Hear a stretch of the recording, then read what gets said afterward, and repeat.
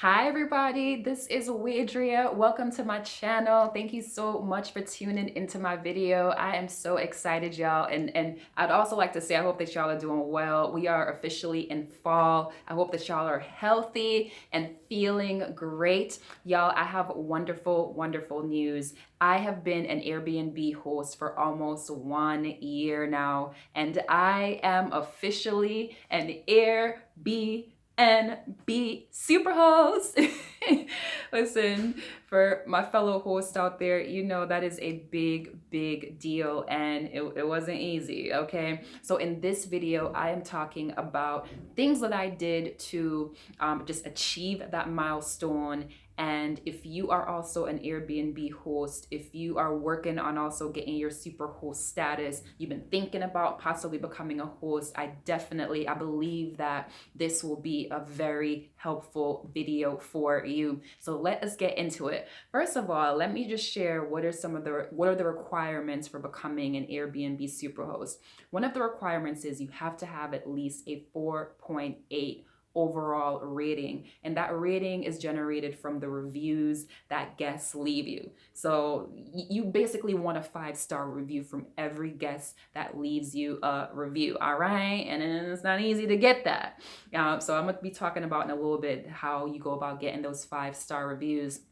The other requirement is you have to have hosted at least 10 stays. So you have to have been booked at least 10 times, or you can have at least 3 bookings, but the nights have to total at least 100. So that's the second requirement. The third requirement is you have to have a 90% response rate. So what that means is whenever a guest or a potential guest reaches out to you, sends you, they inquire about your property, ask you a question, whatever the correspondence is, you have to respond in a timely fashion and have an overall 90% or better response rate. So those are the main requirements to become an Airbnb superhost. The one thing I just remembered too that I have to mention is you have to have a 1% or less cancellation rate. So if somebody books your property, you have to have a 1% or less rating as far as how many times you have canceled. So that cancellation rate is really important. All those requirements are important.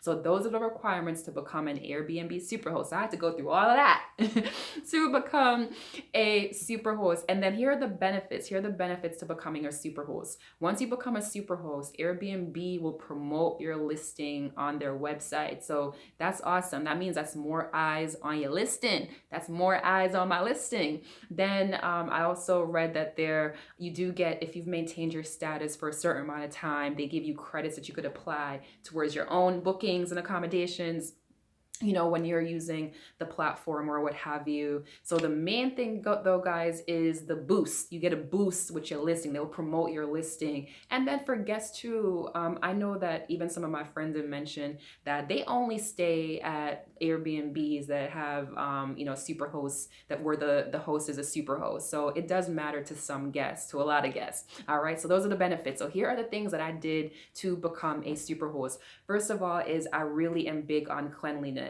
And my guests who have given me reviews, mainly all of them, most of them will say that my space is spotless. And that is one of my standards. You will not find hair, lint. It is spotless, clean, and especially with COVID, I go above and beyond to disinfect. As I am my own housekeeper, I don't outsource that yet.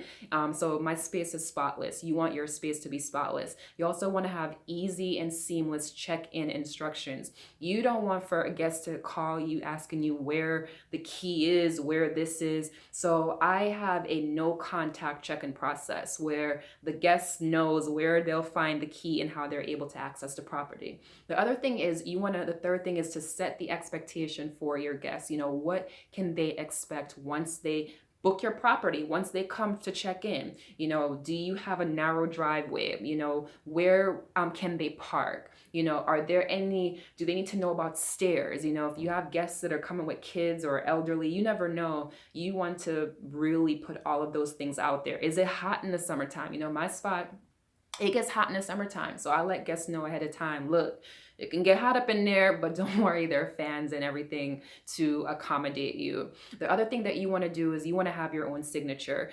Put your own stamp on your whole Airbnb experience. My thing is my thank you card. Every single guest gets a thank you card where they go in and they'll see it on the bed, and it's a handwritten note, and I'm thanking them for staying at my space and to let me know or reach out to me if they need anything. Have a wonderful stay, blessings, just a really kind, genuine note. And some guests, that makes them feel, it should make them all feel special. But certain things will matter to some guests, certain things won't. But for the ones that resonates with, imagine how that thank you card makes them feel. So whether you're doing a thank you card, just find what your special signature is, something that's easy, doesn't cost you, much or anything to do. So have your own signature. The other thing that I would say too is to have really great amenities. I have things like board games. So whether you have grown adults who, like me, like to play games and have fun, there are a bunch of board games.